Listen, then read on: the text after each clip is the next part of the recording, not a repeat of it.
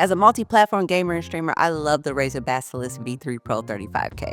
So the Razer is stylish, easy to use. I love the features and it's made using a mouse more fun. It's perfect for long gaming, long streams. You never have to worry about it dying on you. It gives you 140 hours of charging life with high performance and low latency. And what allows it to work on any surface is the Pro 35K optical sensor. So the Razer Chroma RGB gives you 13-zone chroma lighting, and I love this because you can customize it to your gameplay. The mouse lights up with the game. Like, how cool is that? So the Razer has 13 customizable controls and many configurations. I love the smooth scroll. I use it usually when I am scrolling through the internet or when I'm editing. I use the tactile scroll because it gives me more control. You can switch the profiles for gaming, like where I have it set up. If I'm playing like a horror game, I have a profile for that. If I'm playing like an adventure game, I have a profile for that. Or if you pull up the game, it'll automatically switch to the profile, which is really cool.